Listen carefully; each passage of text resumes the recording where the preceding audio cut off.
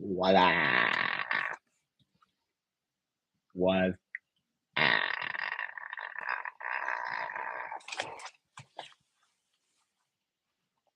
What's good? All right. Let's figure this out. Freaking Balding. All right, everybody. It's live day 2. Just trying to check it out. See what's good with it. Yeah. All right. Am I able to screencast on this thing? Let's check this out.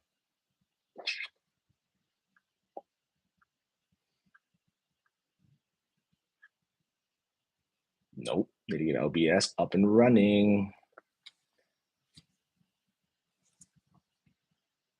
Oh, hold on. Oh. Okay. Hold on. All right. Okay.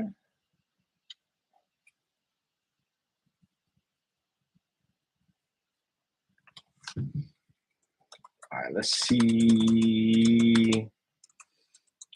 Let's do reading.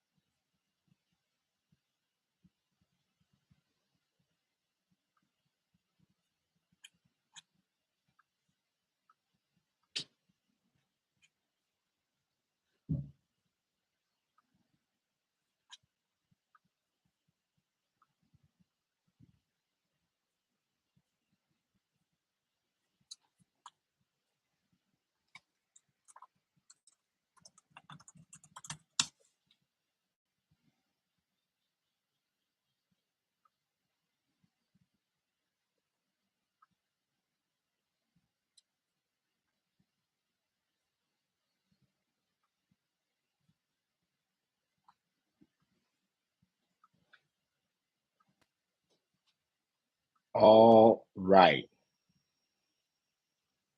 So let's check it out. Montessori education and the 9 senses. Yeah, so it's Montessori education and the 9 senses. Let's see what this is about. All right. Let's see what's going on with this. Okay. So Montessori education, the 9 senses. We got a couple hues right here, all right?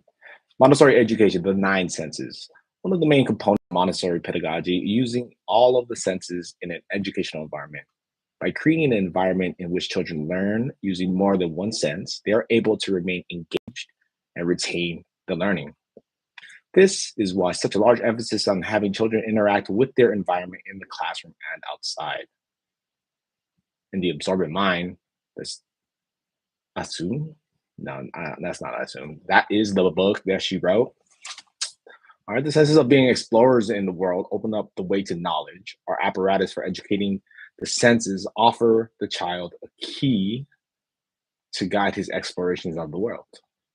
Below are the 9 senses and why they are important in the development of your children, right? So first one is visual discrimination. Visual discrimination. Visual discrimination teaches children to differentiate between forms, colors, and sizes. It helps them tell things apart. Learning to differentiate helps the children to categorize and is taught through objects that can be sorted or interacted with in different ways. Huh. I have to say my visual discrimination is not that good, so I think I missed out on that one. But it's all right. Okay, cool. It's all right. All right. Tactile. Touch is a huge part of the Montessori environment because it is a huge part of the child's cognitive development. Have you noticed that toddlers and other young children want to touch everything inside? This need to touch is a perfectly normal part of their development. In our classrooms, we have a variety of tactile options available for children to interact with. We encourage them to communicate what the object feels like, soft, scratchy, smooth, bumpy. Huh. Tactile. Cool. It's pretty straightforward. So then let's move on to stereognostic. Stereognostics is a sense, sometimes called tactile gnosis, that requires a person to identify an object without looking, smelling, taste, or hearing it. An example of stereognostic sense will be finding your alarm clock in a dark room without being able to see it. By removing sight, smell, taste, and sound from the child's repertoire, it strengthens other senses, especially touch. We often do this in classroom by placing an object in a cloth bag and then asking the child to feel it with their hands and determine what it is. Oh, cool. So, because this pine cone right here is in the fractal shape of the pineal gland, essentially, and this is a smooth rock, and this is a sharp, like like tree nut. I'm guessing a tree nut. Yeah, because these are all different, and they're in a, let's call this a mystery bag. You can essentially have them train themselves in being able to sense and intuit the shapes, the textures, meshes within the bag without seeing, smelling, hearing, or tasting. It's yeah, it's that whole mind and hand thing. You know what? It's kind of like golf.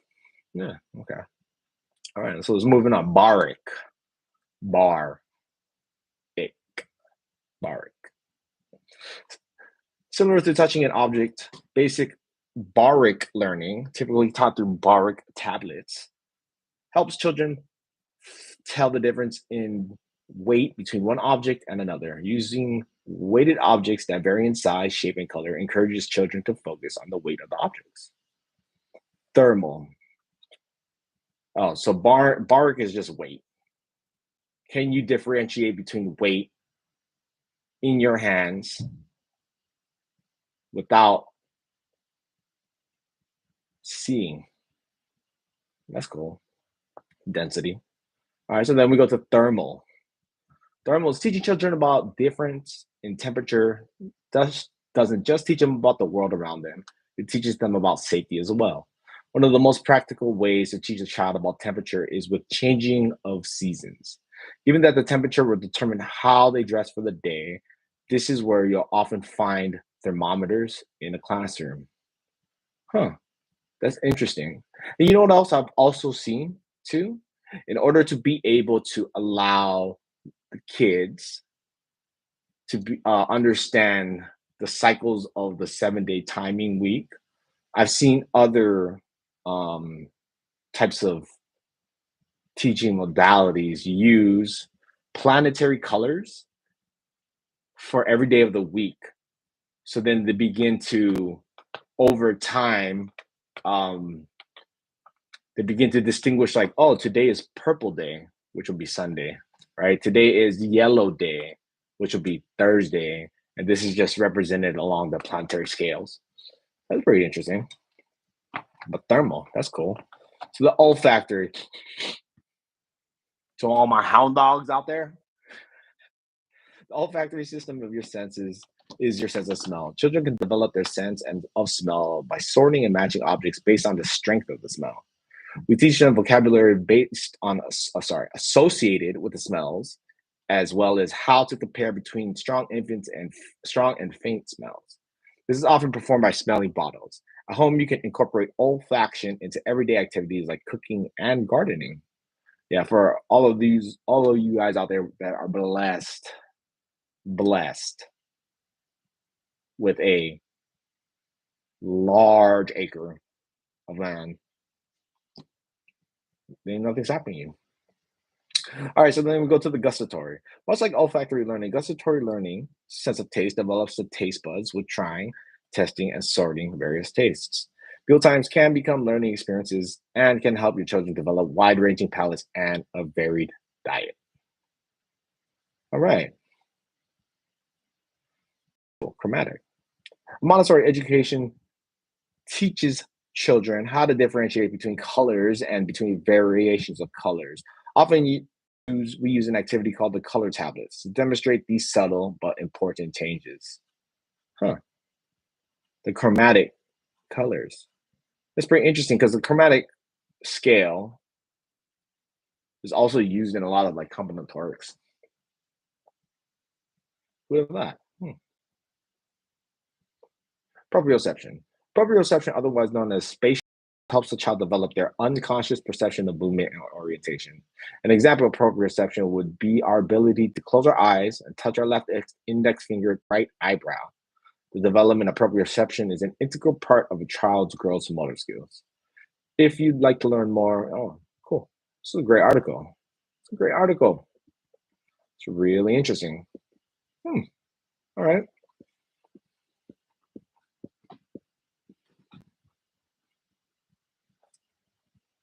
All right. Okay, that's cool. That's cool. All right.